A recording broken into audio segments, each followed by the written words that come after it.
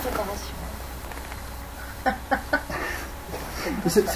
J'ai fait les questions. Moi, je sens de la vengeance, peut-être. Non, Parler une heure avec Alexandra, quand même. Oui. Non. Nous, on n'a même pas de préparation, pas de quoi ça. Non. J'ai fait les questions à partir de la plaquette de cours. Que j'ai toujours ma plaquette de cours de l'époque. D'accord, ça peut être changé, non? Bon, le but c'est quand même pas de faire un cours. Non, mais c'était sur. Non, mais disons que je suis parti sur des thèmes abordés. Effectivement, a priori, je pense que vous pouvez facilement avoir en tête que des points. Oui, vous savez, c'est selon la semaine. Allez, on y va. C'est selon les jours, c'est selon les heures. Allez. Très bien. Alors, bonjour à tous. Merci de nous recevoir, mesdames les professeurs. Donc, pour parler de la justice des mineurs, avec madame le professeur Goutenoir, professeur en droit civil à Bordeaux, notamment responsable donc, du cours du droit des mineurs, avec madame le professeur Guérin. Vous pouvez m'arrêter si vous voulez. Avec madame le professeur Guérin, donc, professeur en droit pénal, et donc en charge de la partie de droit pénal des mineurs, notamment dans le cadre du certificat de sciences criminelles de l'Université de Bordeaux, la faculté de droit. Pour aborder donc la question de la justice des mineurs et de ses particularités, notamment de son aspect dérogatoire, tant au plan civil qu'au plan pénal, avec lequel nous allons aborder la question dans un premier temps. Le texte de référence en droit pénal, c'est l'ordonnance de 1945, du 2 février. Pardon.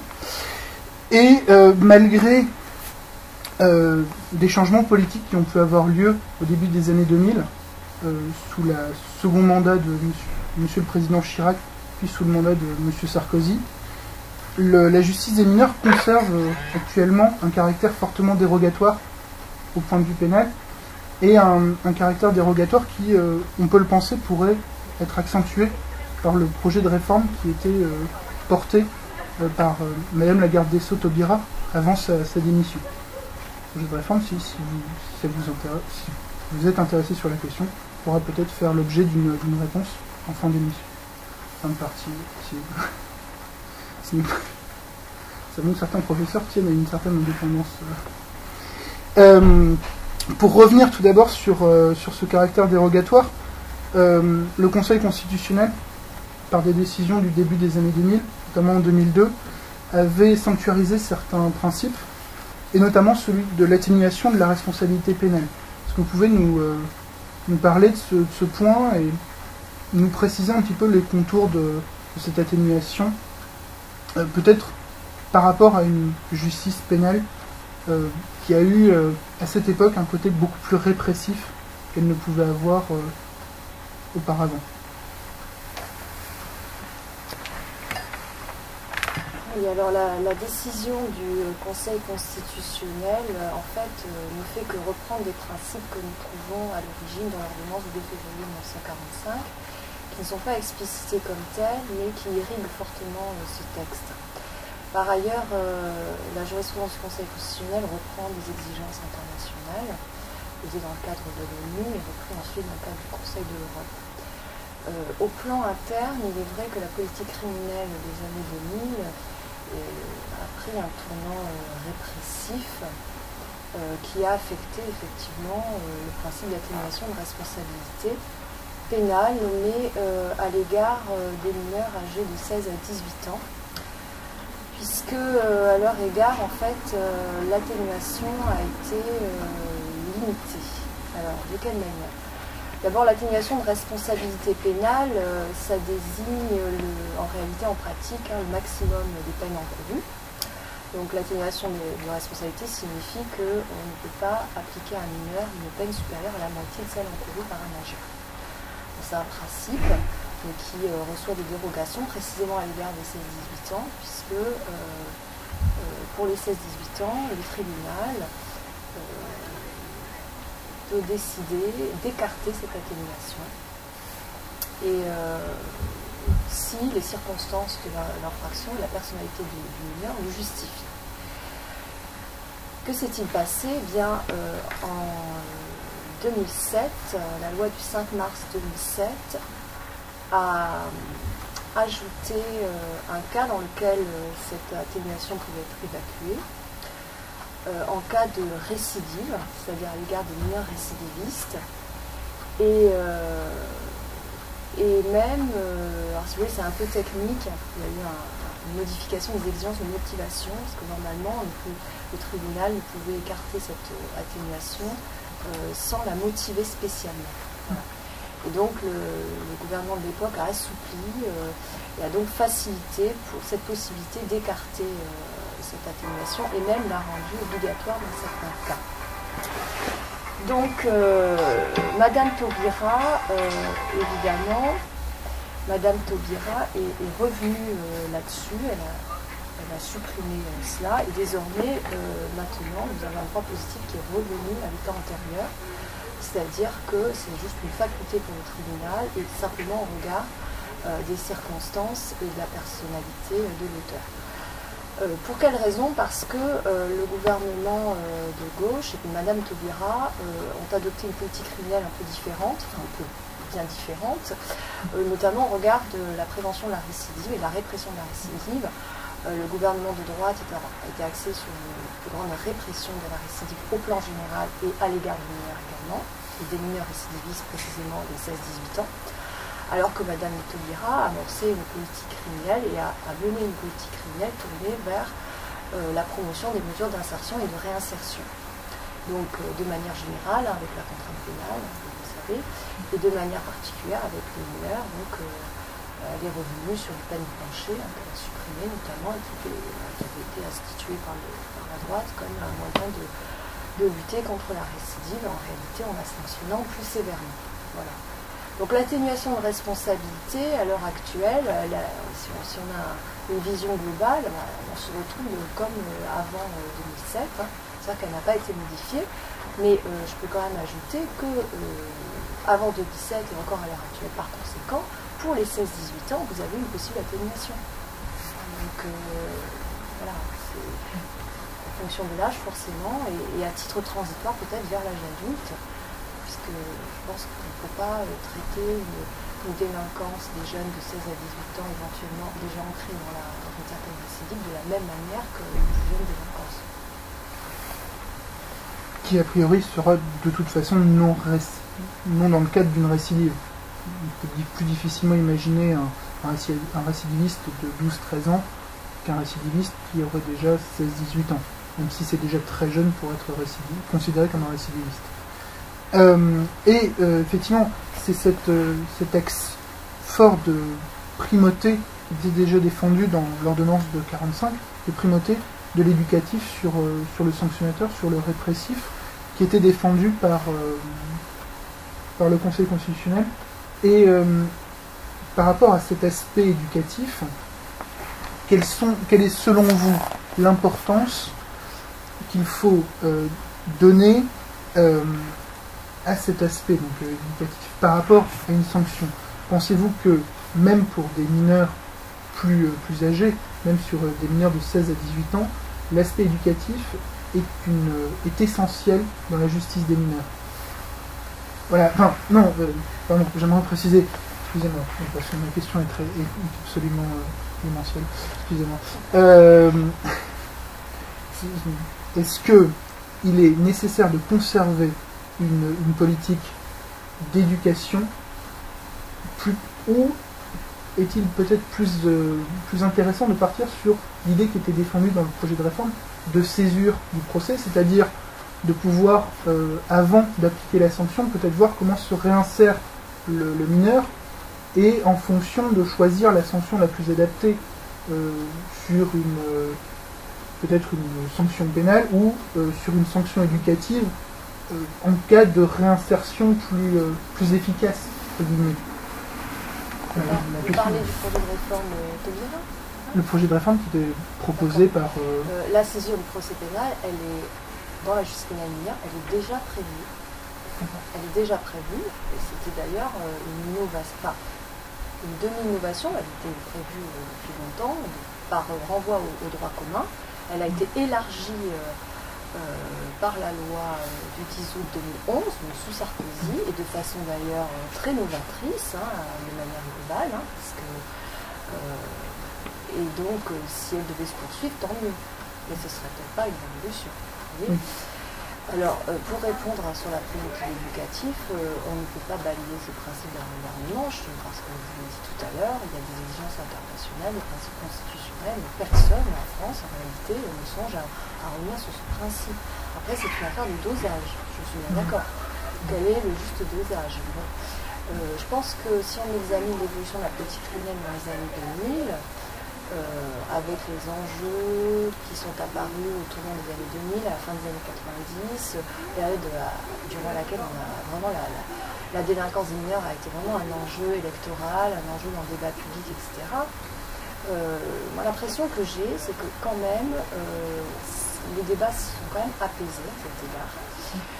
Peut-être parce qu'ils se sont déplacés sur d'autres terrains, mais je pense que, et c'est certainement un fruit quand même des années 2000, c'est qu'on s'est quand même progressivement acheminé vers plus de pragmatisme. Parce que les réformes des années 2000, elles ont institué par exemple des mesures très pragmatiques au stade des procédures alternatives de poursuite, par exemple, que proposait le parquet, comme par exemple la consultation d'un psychologue, la création comme mesure éducative de l'activité de jour. Alors le service citoyen, on en pense ce qu'on veut, mais il nécessite l'accord quand même, il nécessite l'accord du délinquant, de ses représentants légaux, un projet monté par la PJJ, donc ça peut présenter un avantage, je veux dire, il n'y a pas rien de contraignant là-dedans, c'est une mesure parmi d'autres. Donc je trouve que dans les années 2000, jusqu'à finalement, oui, début des années 2010, on a assisté à une diversification des mesures. On a assisté également à une possibilité accrue de cumuler les mesures éducatives, les sanctions éducatives et les peines. Alors, ça peut être perçu au plan des principes, je dirais des sacro-saints principes de l'ordonnance comme une entorse, revenant sur le principe de la primauté de l'éducatif qui finalement suggérait une alternative entre mesures éducatives et répression. Mais on peut aussi voir ça d'une autre manière et considérer qu'il y a là un plus grand pragmatisme qui permet de donner aussi un aspect éducatif à des peines qui laissent le mineur en liberté, comme par exemple l'emprisonnement avec sursis mis à l'épreuve, ou avec obligation éducative, etc., qui peuvent accompagner d'une liberté surveillée. Bon, ça c'est pas nouveau, mais d'autres mesures éducatives. La possibilité aussi de prononcer une sanction éducative en même temps qu'une peine, à condition bien sûr que le condamné demeure en liberté. Donc finalement, tout ça me paraît plutôt aller dans le sens d'un plus grand pragmatisme, finalement d'une souplesse qui est donnée au juge. Alors que je suis bien d'accord, les réformes des années 2000 trahissaient une grande défiance à l'égard des juges, mais en même temps, on leur a donné plus de mesures dans lesquelles ils pouvaient piocher. Donc je crois que c'est assez complexe. Il y a effectivement des volontés politiques qui sont affichées de part et d'autre, puis vous avez ensuite des réformes qui sont adoptées, la façon dont elles sont mises en œuvre, dont les acteurs peuvent se saisir aussi. Et je pense que finalement, sur le long terme, eh bien, il y a des choses qui ont été faites sur lesquelles l'opposition voulait revenir et ça n'a pas été encore fait. Alors, on pourrait songer au tribunal correctionnel pour mineurs. Je pense que ça sera fait, très certainement. Donc, c'est pour ça que je ne peux pas me prononcer, je ne suis pas médium. En revanche, je voudrais quand même rappeler la petite histoire des centres éducatifs fermés, qui avait vraiment donné lieu à de très très vives critiques. Ça a été adopté, c'était vraiment la fin de l'éducatif, on avait enfermé tous les mineurs, c'était le tout répressif, etc. Les centres éducatifs fermés, les juges y ont eu recours. Et bien sûr que ce n'est pas adapté à tous les mineurs, je suis bien d'accord. Mais bon, jusqu'à présent, est-ce que Madame Taubira voulait supprimer les centres éducatifs fermés? Je ne sais pas. Qui manque de moyens, certainement aussi. Bon, il y a eu des rapports qui ont été faits, un rapport notamment qui a été fait sur l'ISF. Bon, il me semble qu'on entend moins de critiques, du moins chez les professionnels, sur ce genre de structure. Là, je ne suis peut-être pas très bien informée non plus. D'accord, non. Ouais. Donc, je crois que c'est assez complexe, que peut-être au-delà des discussions, des enjeux idéologiques, je pense que 15 dernières années nous ont montré que, peut-être au lieu de se soucier trop de l'idéologie, au lieu de se soucier des délinquants eux-mêmes. Je crois que là, peut-être tout le monde est un peu d'accord.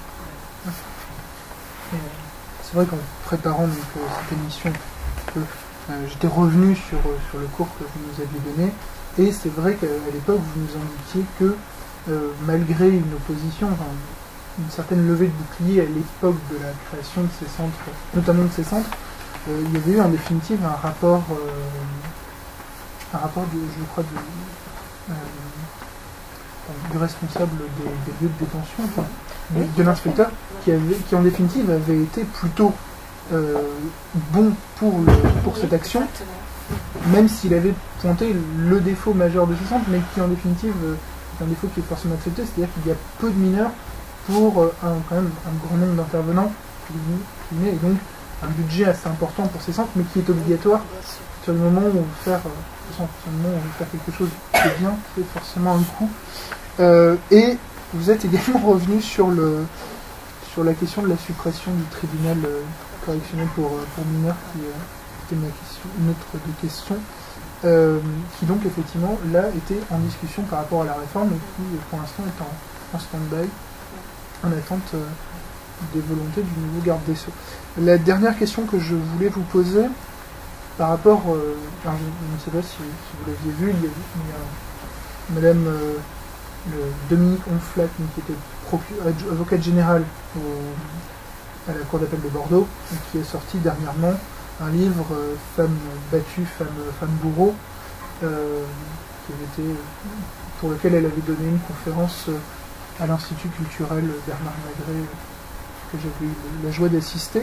Et je voulais, dans le cadre de cette idée, revenir sur la place du mineur, mais victime dans ce cas-là, dans le cadre du procès pénal, et peut-être par rapport à ce que vous considérez comme nécessaire pour atténuer un petit peu alors pas l'atténuer sa place, parce qu'elle est essentielle, comme il est victime, mais peut-être l'aménager pour qu'elle soit plus conciliable avec la suite de son parcours, et qu'il puisse ensuite être réinséré facilement. Alors, celui qui est victime, mais qu'il n'ait pas de problème par la suite. Est-ce que vous pensez que il doit y avoir une place particulière du mineur victime qui doit être protégé, ou Oui, mais c'est déjà le cas. Oui, non. C'est bien sûr qu'il doit avoir une place particulière. Alors, déjà, la place de la victime de manière générale dans la justice est un problème au sens négatif, mais est une question très importante. Alors, le mineur, bien entendu, mais à l'heure actuelle, vous avez toute une série de règles, comme tu dis, bien sûr, qui étudient le droit, protège le mineur victime par la désignation d'un administrateur ad hoc. Je crois qu'Adeline sera bien placée pour en parler, puisque dans sa pratique professionnelle, dernièrement, elle a l'occasion d'être prise directe dans ce type de problème. Donc, elle vous en parlera, je pense, mieux que moi. Mais bien sûr qu'il mérite toute la protection. Je vois pas ce que je peux vous dire de plus précis. La question me permettait de faire un lien effectivement avec la partie. Je pense qu'Adeline pourra vous en parler. La partie civile. Très personnellement. Peut-être quelques mots. Oui, juste. Moi, je vais. Peut-être revenir sur cette question du mineur victime, peut-être par rapport à votre pratique professionnelle, effectivement. Alors en réalité, je n'ai pas de pratique professionnelle parce que je ne suis pas professionnelle, mais il se trouve que, outre ma qualité de professeur de droit, je suis aussi président de l'Observatoire départemental de la protection de l'enfance. Que dans ce cadre, je mène un certain nombre d'actions, de réflexions, etc., dont un effectivement concernant les administrateurs ad hoc, puisque la question des administrateurs ad hoc est une question sensible dans mon département, mais c'est le cas particulièrement en Gironde, puisqu'il s'est trouvé qu'il y a depuis l'année dernière, nous avons eu une pénurie d'administrateurs ad hoc, donc il a fallu réfléchir à la manière dont on pouvait trouver des administrateurs ad hoc. Donc c'est une question effectivement à laquelle je suis sensible. Effectivement, le problème c'est que lorsqu'un mineur est victime, il est juridiquement incapable, contrairement au mineur délinquant qui lui est considéré comme capable d'agir lui-même dans la procédure, et donc le mineur victime doit être représenté. Lorsque ses parents sont les auteurs des faits, ou qu'ils sont liés d'une manière ou d'une autre aux auteurs des faits, ou bien que pour des raisons diverses, ils ne protègent pas suffisamment l'enfant dans la procédure, on désigne, le juge d'instruction, le procureur de la République ou le juge d'instruction peut nommer un administrateur ad hoc, doit nommer un administrateur ad hoc pour représenter l'enfant dans la procédure. Le problème, c'est que cet administrateur ad hoc, il n'est pas rémunéré, il est tout juste indemnisé et que ça demande un travail assez considérable. C'est aussi une responsabilité et donc du coup, il y a les deux associations à Bordeaux qui faisaient ce travail et ça fait cette activité pour diverses raisons. Et du coup, voilà. Bon, j'espère que les choses vont s'améliorer parce qu'il y a des associations, grâce justement à un appel à la mobilisation sur cette question, on a trouvé des solutions qui devraient se mettre en place prochainement. Oui, parce que j'imagine que pour exercer cette fonction d'administrateur ad hoc, il y a besoin d'une certaine formation, alors pas forcément universitaire, mais au moins dans un cadre associatif de mise en place qui permette de prendre les bonnes décisions pour l'enfant, qui effectivement n'est pas... Alors en fait, la loi exige simplement que la personne ait porté un intérêt à la cause de l'enfance, qui reste quand même extrêmement light comme exigence, mais heureusement, parce que comme les formations, c'est un des problèmes, oui, ça serait idéal que les administrateurs ad hoc aient suivi une formation sur... voilà. Le problème, c'est que ces formations ne sont pas financées. Donc, du coup, nous, on est en train de monter une association au Gironde sur cette question qui rassemble des personnes de bonne volonté qui soit veulent être administrateurs ad hoc, soit veulent réfléchir ou participer à la mise en place de ces administrateurs ad hoc. Et effectivement, on va essayer de trouver des moyens pour que ces administrateurs ad hoc aient une formation minimale. Mais sans financement, c'est un peu compliqué. On ne peut pas demander aux gens à la fois d'assurer une mission qui est compliquée, lourde, pas financée, et en plus de suivre une formation obligatoire. Déjà qu'on n'a pas beaucoup d'administrateurs ad hoc, alors là, c'est un peu compliqué cette question. Alors, nous parlions du fait que le mineur ne peut pas, lorsqu'il est victime, est incapable juridiquement et ne peut pas se défendre par lui-même. Cela rejoint en droit civil la question de l'incapacité du mineur, qui est générale, mais qui supporte certaines exceptions et qui lui permettent notamment d'être entendu, le droit d'être entendu par le tribunal, par le juge, dans le cadre où des décisions doivent être prises dans son intérêt. Est-ce que vous pensez que ce droit d'être entendu est aujourd'hui assez efficace ou qui pourrait être amélioré et alors effectivement on pourrait revenir sur la question de est-ce que les magistrats ont à votre connaissance une formation particulière pour entendre un enfant, alors pour savoir amener un enfant à leur parler et leur faire comprendre ce que le juge veut lui demander. Ou est-ce que malheureusement la justice ou la magistrature n'est pas forcément très bien formée sur cette question? Alors d'abord, je voudrais préciser que le fait d'être entendu en justice, c'est pas une exception au principe d'incapacité. Je pense que c'est important de dire que justement, à côté de l'incapacité du mineur, c'est développer ce qu'on appelle des droits participatifs, c'est-à-dire justement des droits qui permettent au mineur de participer à la décision ou à la procédure, tout en ne revenant pas sur son incapacité, c'est-à-dire que c'est pas lui qui décide, mais on le fait participer à la décision. Ça existe aussi en matière médicale, où le médecin est censé rechercher l'avis du mineur, mais pas forcément, il n'est pas obligé de suivre son avis. C'est pas lui qui décide, mais on lui demande de participer à la décision. Je pense que ça, c'est vraiment une consécration c'est le droit de l'enfant qui a été le mieux consacré ces dernières années, depuis la Convention internationale des droits de l'enfant qui l'a vraiment porté, en 1989, et qui permet effectivement de pallier les conséquences les plus importantes de l'incapacité, c'est-à-dire finalement le fait que le mineur ne soit pas présent dans l'exercice de ses droits. Sur la portée de ce droit d'être entendu, je crois qu'aujourd'hui c'est un droit qui est vraiment consacré par les textes internes et internationaux, qui est réellement mis en œuvre. même si il ne faut pas croire qu'il y ait énormément de mineurs entendus, notamment dans les procédures relatives à l'autorité parentale, mais je ne crois pas que ce soit souhaitable non plus. Lorsque l'enfant ne souhaite pas être entendu, les parents se mettent d'accord, ou qu'au contraire il y a un conflit extrêmement virulent, c'est peut-être pas la peine de mettre l'enfant au milieu. Il y a en fait deux juges qui entendent les enfants de manière fréquente.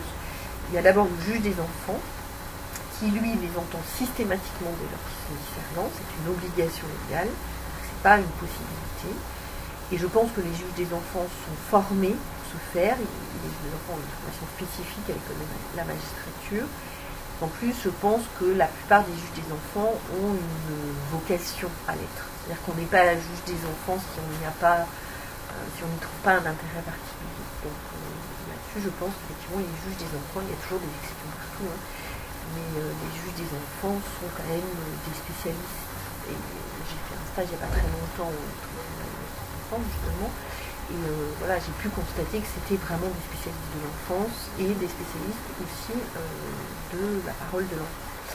Après, il y a les juges d'affaires familiales dont la formation à l'enfance est peut-être moins marquée, notamment parce que c'est plutôt une formation sur le tas qu'autre chose, hein, il n'y a pas de formation spécifique, même s'ils peuvent faire cette formation et que la plupart d'entre eux le font dans le cadre de la formation continue.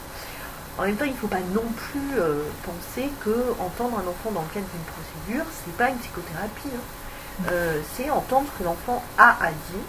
Il ne s'agit pas du tout d'un interrogatoire. Il ne s'agit pas de lui faire dire ce qu'il n'a pas envie de dire. Il s'agit d'un choix de sa part. L'enfant exerce le droit d'être entendu, donc il sollicite son audition.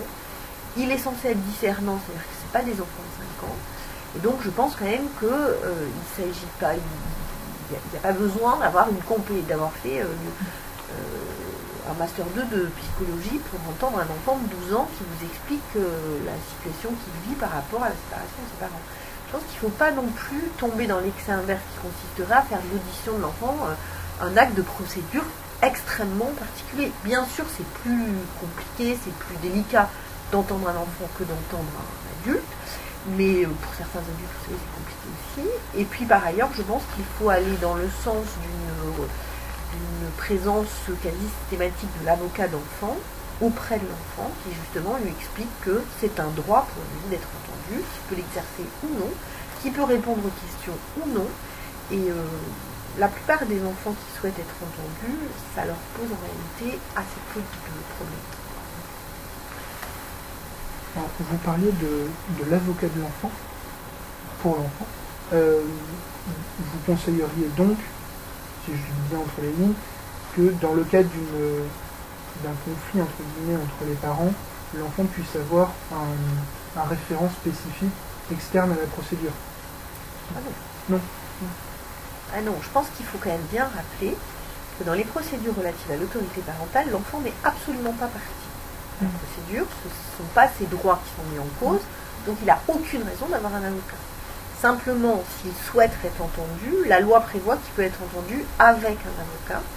Je pense qu'il vaudrait mieux que quand un enfant souhaite être entendu, il soit orienté vers un avocat spécialisé, donc à Bordeaux, pour ne pas les citer, c'est le CRIT, hein, qui est spécialisé dans et donc qui s'entretiennent avec l'enfant avant l'audition, qui lui explique en réalité de quoi il s'agit, qui vérifie qu'il a le discernement à la fois en termes d'âge, mais aussi en termes de rapport avec la situation. C'est-à-dire, si vous avez un enfant très perturbé par le conflit, qui est manifestement sous emprise de l'un des parents, on peut considérer qu'il n'a pas le discernement nécessaire pour exprimer ses sentiments au juge et qu'il vaut mieux pas l'entendre. Et à ce moment-là, l'avocat pourra lui déconseiller une audition, par exemple. Donc je pense que c'est important aussi que pendant l'audition, l'enfant soit accompagné d'un avocat. Mais on n'est pas dans un problème de conflit, on n'est pas dans un problème d'exercice de droit. On est juste dans une situation où les avocats, je crois qu'il faut reconnaître aux avocats d'enfants, bordelais et autres, hein, le fait qu'ils se sont adaptés justement à cet acte de procédure très particulier qui est l'audition de l'enfant, parce qu'il ne s'agit pas d'exercer un droit d'une partie, puisqu'il ne l'est pas. Il ne s'agit pas d'un interrogatoire, il s'agit simplement pour l'enfant de dire ce qu'il a à dire, et je rappelle que c'est un droit et pas du tout une obligation pour l'enfant. Donc, très clairement, si le juge, qui peut le faire aussi, hein, décide de l'audition de l'enfant, soit à la demande des parents, soit parce que lui-même il souhaite voir l'enfant, il faut rappeler qu'en civil, notamment dans le cas de l'autorité parentale, l'enfant peut dire je ne veux pas y aller. Ou alors il peut aller voir le juge et lui dire je n'ai rien à vous dire. Et pour ça quand même il vaut mieux qu'il ait un avocat. À 13 ans c'est compliqué d'aller dire à un juge j'ai rien à vous dire. Effectivement, je pense que nous serons tous d'accord sur ce point. Juste pour revenir, une dernière petite précision par rapport au discernement.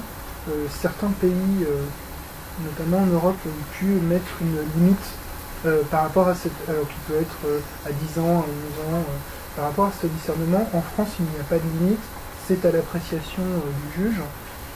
Est-ce que vous considérez que c'est plutôt une mesure, enfin, l'absence de mesure, mais qui est protectrice de l'enfant, ou il vaudrait parfois mieux qu'il y ait une limite au moins au minimum, qu'on ne puisse pas descendre en dessous pour, même si effectivement on l'a dit, un juge ne considérera quasiment jamais qu'un enfant en dessous de 7-8 ans sera discernant, puisque effectivement il n'y a pas de raison de le considérer. Une limite à la basse serait une bonne chose. Alors d'abord je pense que oui, la notion de discernement est préférable au seuil d'âge. C'est d'ailleurs ce que pense aussi le Comité international des droits de l'enfant, qui je crois que Danemark qui avait mis un critère d'âge. D'ailleurs la Cour de cassation dans plusieurs arrêts récents a bien clairement indiqué que le discernement c'était pas l'âge, qu'il y avait d'autres éléments, et notamment la question de l'emprise. Un enfant qui est sous emprise d'un des parents, il n'est pas discernement. Donc je pense que pour la limite haute, par exemple, je pense que non, il ne faut pas mettre de limite. Alors, une limite d'âge, moi je suis toujours un peu gênée qu'on interdise quelque chose à un juge. Il peut y avoir des circonstances exceptionnelles où le juge va entendre un enfant jeune, et je pense notamment à l'hypothèse d'une fratrie. Vous avez 3 enfants de 12, 10 et 8 ans. C'est un peu compliqué de dire au petit, mais écoute, non, toi tu viens pas dans le juge. Voilà. Moi, je crois qu'il faut faire confiance aux juges. En la matière, ils ont démontré quand même qu'ils n'étaient pas délirants. Et donc, dans la majeure partie des cas. Donc, je pense que ça n'aurait pas bien de sens de dire il faut que l'enfant soit discernant, et en tout état de cause, on ne peut pas entendre un enfant en dessous de tel âge. Surtout si l'enfant même a été entendu. Donc, le discernement, c'est quelque chose de très particulier. Et on peut considérer, vous l'avez dit, vous avez cité 7-8 ans. Ça ferait hurler la plupart des gens qui considèrent qu'on n'est pas discernant dans 12 ans. Donc du coup, on va se battre pour savoir quelle limite d'âge on va mettre. Et si c'est pour mettre une limite d'âge de 7-8 ans, ça n'a pas beaucoup d'intérêt. Je pense que le législateur a d'autres soucis. Voilà. Et je pense, si je peux me permettre, je voudrais rappeler de ce point de vue qu'une loi devrait intervenir là au printemps, une loi sur la protection de l'enfant qui va modifier un certain nombre de points, et notamment sur la question de l'enfance en danger. Voilà. Donc je rappelle quand même que cette question est au cœur de l'actualité, et pour avoir travaillé sur le sujet, je pense que c'est une loi qui devrait quand même être une avancée en matière de droit de l'enfant. Anaïs, est-ce que tu veux me poser? Non.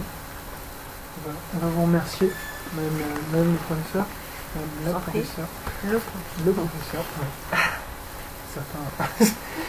Et vous remercie donc pour cette émission, et peut-être une prochaine fois.